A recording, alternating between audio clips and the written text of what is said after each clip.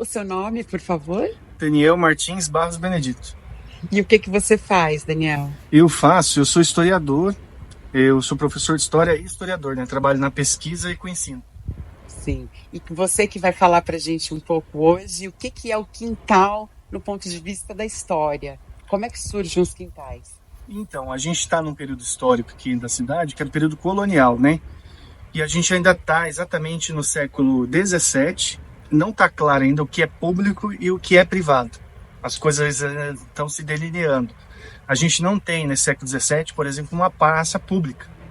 Então, o que a pessoa realizava era no quintal de sua casa. A gente vai ter na cidade algumas legislações que vão legislar sobre como construir a casa. E aí, tanto é que no século XVIII para o XIX, a feição da cidade parece muito com as casas de Lisboa, de Portugal, em função de legislação. Por exemplo, tem legislação sobre o tamanho de porta. As portas tinham que ter 3 metros de altura, a casa tinha que estar 50 centímetros acima do nível do chão. E lá para o século XIX, essas posturas municipais, as regras para a construção, você tem que os quintais deveriam ser murados. Então, todos eles deveriam ser murados. Então, há uma pesquisa recorrente de alguns arquitetos que dizem que os quintais são chamados quintais domésticos, né? A casa, às vezes, é estreita, mas o quintal é comprido. E aí você abre a porta da sua casa, você já está na rua. Então, tudo que girava em torno dessa habitação estava no quintal. E aí muitas coisas mudam com o passar do tempo, né? A gente fala casa, é só uma palavra só. Mas no século XVII e XVIII, isso estava faltando sentido.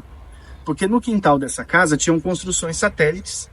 Quando chegou o Serviço do Patrimônio para proteger, eles não conseguiram dar conta de proteger as construções satélites, então nós não temos mais.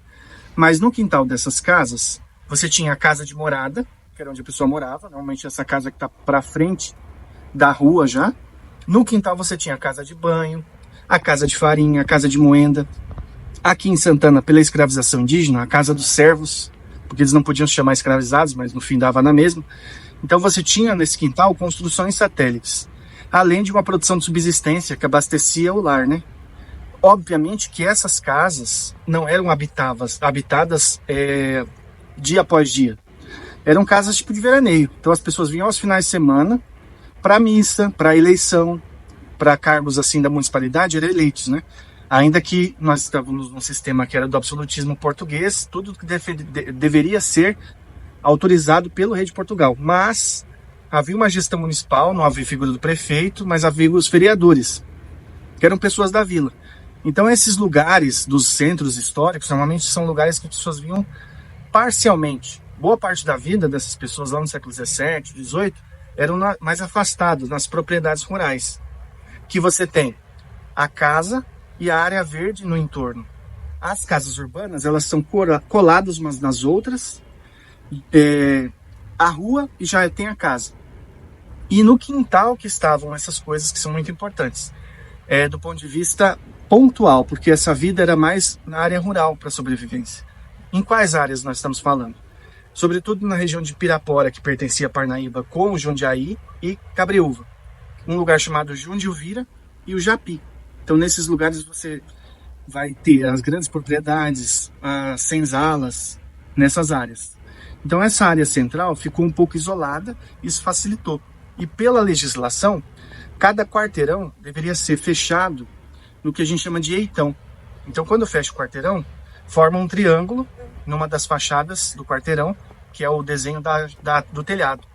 Então, era isso que determinava e delineava o quarteirão.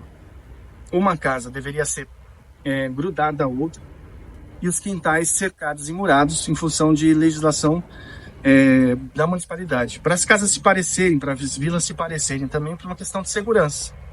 Então, normalmente, nesses quintais, tem muita informação que aqui em Parnaíba a gente não tem ainda, que é a escavação arqueológica.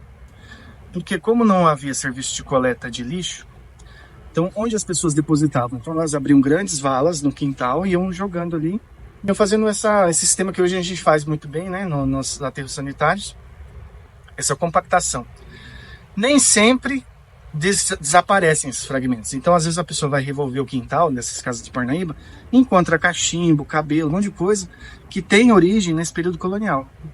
E, obviamente, que com o passar do tempo, esse centro histórico vai ser habitado por essas pessoas parnaibanas mesmo, ali para o 18, para o 19, então é um movimento grande.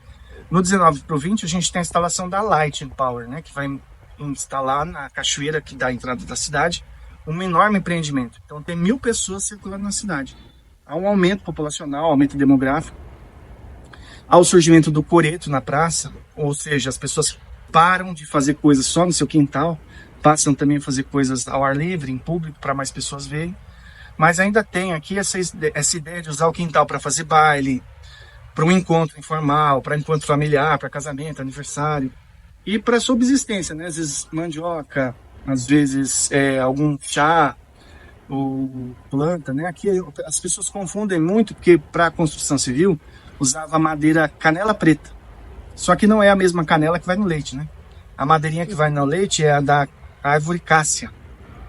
A canela preta aqui não tem sabor e nem, enfim, uma questão